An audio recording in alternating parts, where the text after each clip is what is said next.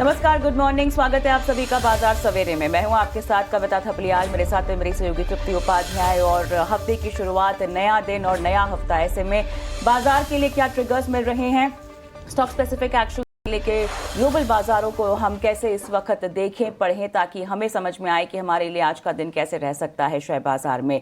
Nifty implied opening अगर आप देखें तो हमें यहाँ पर 26,000 के स्तर पर क्लोजिंग के ओपनिंग के संकेत मिल रहे हैं 4.5% की कमजोरी के साथ। लेकिन एशिया के बाजार अगर आप देखें तो यहाँ पर थोड़ी सी नरमी और कमजोरी के संकेत मिल रहे हैं। लेकिन शुक्रवार को जिस तरह से यूएस के बाजारों में हमने कारोबार होता हुआ देखा है, कहीं ना कहीं उसका इम्पैक्ट हमारे बाजारों में किस तरह से पड़ेगा। और जैसे टैरिफ वापस लेने पर ट्रंप साहब पर दबाव पड़ रहा है सांसदों की तरफ से, उस पर भी अपडेट ले लेते हैं। हमारे साथ हमारे सहयोगी जुड़ चुके हैं अभिषेक सत्यव्रतम तमाम डिटेल्स के साथ।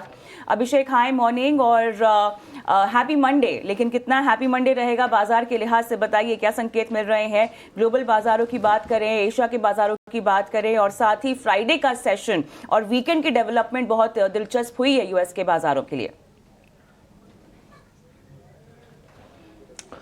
कविता, गुड मॉर्निंग। बिल्कुल, अगर अमेरिकी बाजारों संकेतों की बात करें तो हमने देखा कि शुक्रवार को भारी गिरावट रही और नैस्डैक में अगर आप खास तौर पर देखेंगे तो 400 अंकों के आसपास की नरमी रही। वजह ये रही कि जो आईटी स्टॉक्स का वेटेज है वो नैस्डैक में ज्यादा है। इनवीडिया करीब 3.25% टूट गया। इसके अलावा हमने देखा कि मेटा के शेयर पर, अमेजोन के शेयर पर भी दबाव रहा, तो इसके चलते वहां पर फॉल थोड़ी सी आपको ज्यादा दिखाई दी। और डाउ जोन्स की बात करें तो करीब 250 अंकों के आसपास की गिरावट हमने डाउ जोन्स में देखी है। पिछले हफ्ते अगर आप कुछ और ऐसे स्टॉक्स की बात करें जो एआई लिंक्ड हैं या फिर बड़े आईटी स्टॉक्स हैं, ओरेकल कमजोर नतीजा थे। ओरेकल के शेयर में पिछले हफ्ते करीब 13% की गिरावट आई है। एआई स्टॉक है ब्रॉडकॉम में करीब 7% के आसपास की गिरावट रही है। तो फिर से हम देख रहे हैं कि जो एआई स्टॉक्स को लेकर जो चिंताएं थी बाजार की, उभर के सामने आ रही हैं और हमने भारी सेल ऑफ देखा है। हालांकि अगर आप अभी देखेंगे अमेरिकी फ्यूचर्स को तो आपको थोड़ी सी राहत नजर आएगी, क्योंकि डाउ फ्यूचर जो है करीब 100 अंकों पर कारोबार कर रहा है। फ्यूचर्स में, एसएनपी फ्यूचर्स में भी आपको हल्के बढ़त पर कारोबार होता हुआ दिखाई देगा। लेकिन ये वीक अमेरिकी इकोनॉमी में आगे रेट कट को लेकर क्या ट्रेंड होगा, क्या स्थिति होगी अर्थव्यवस्था की, उसकी पिक्चर थोड़ी साफ हो जाएगी, क्योंकि डेटा हेवी ये वीक है। हम देखेंगे कि कल नॉन फार्म पेरोल के नंबर आएंगे और रिटेल बिक्री के आंकड़े आएंगे, तो बहुत ही क्रूशियल ये दोनों डेटा। और इसके अलावा हम देखेंगे कि गुरुवार को नवंबर के कंज्यूमर कॉन्फिडेंस के आंकड़े आने वाले हैं। देखिए, सारे के सारे डेटा डिलेड है और अभी डेटा जैसे जैसे आ रहे हैं ना शटडाउन खत्म होने के बाद, तो फिर इकोनॉमी की रियल पिक्चर निकल के सामने आएगी और ये हमारे लिए ज्यादा क्रूशियल हो जाएंगे वहां के जो आंकड़े होंगे। एशिया की बात करें तो एशिया में जो शुरुआत हुई है वो कमजोर हुई है। और अगर आप देखेंगे जापान का निकेई में फिर से हम देख रहे हैं कि बिकवाली आ गई है, 650 अंकों के आसपास की गिरावट है। कोस्पी में जो शुरुआत हुई थी काफी ज्यादा कमजोर हुई थी, लेकिन कमजोर शुरुआत के बाद हम देख रहे हैं कि थोड़ी बहुत राहत के देखेंगे। हालांकि अभी भी करीब 1.5% की गिरावट पर कारोबार एशिया में हो रहा है, लोअर लेवल से थोड़ी संभलने की कोशिश के बावजूद।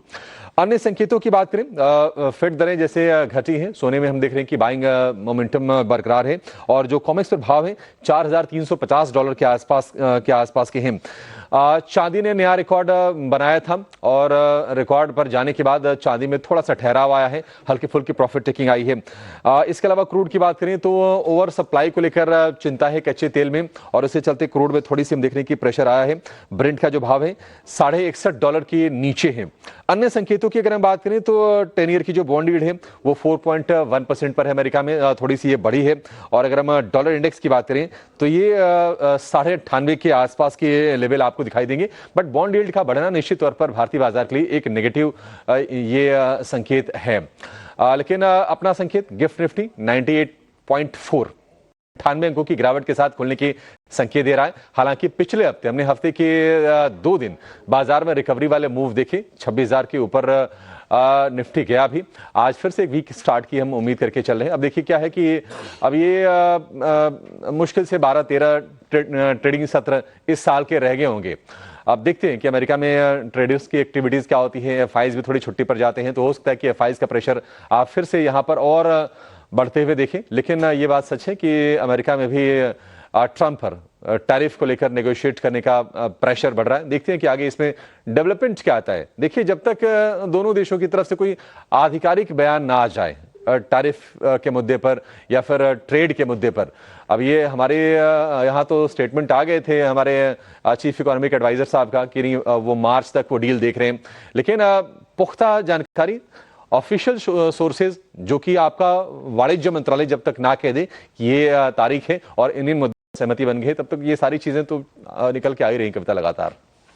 बिल्कुल अभिषेक, बहुत बहुत शुक्रिया आपका ग्लोबल बाजारों का अपडेट देने के लिए, साथ ही टैरिफ को लेकर जो डेवलपमेंट्स है उन पर भी जानकारी देने के लिए। तो ओवरऑल हमने देखा थोड़े से मिक्स्ड और कमज़ोर संकेत यहाँ पर नज़र आ रहे हैं। गिफ्ट निफ्टी भी करीब 95 अंकों की गिरावट के साथ कारोबार करता हुआ।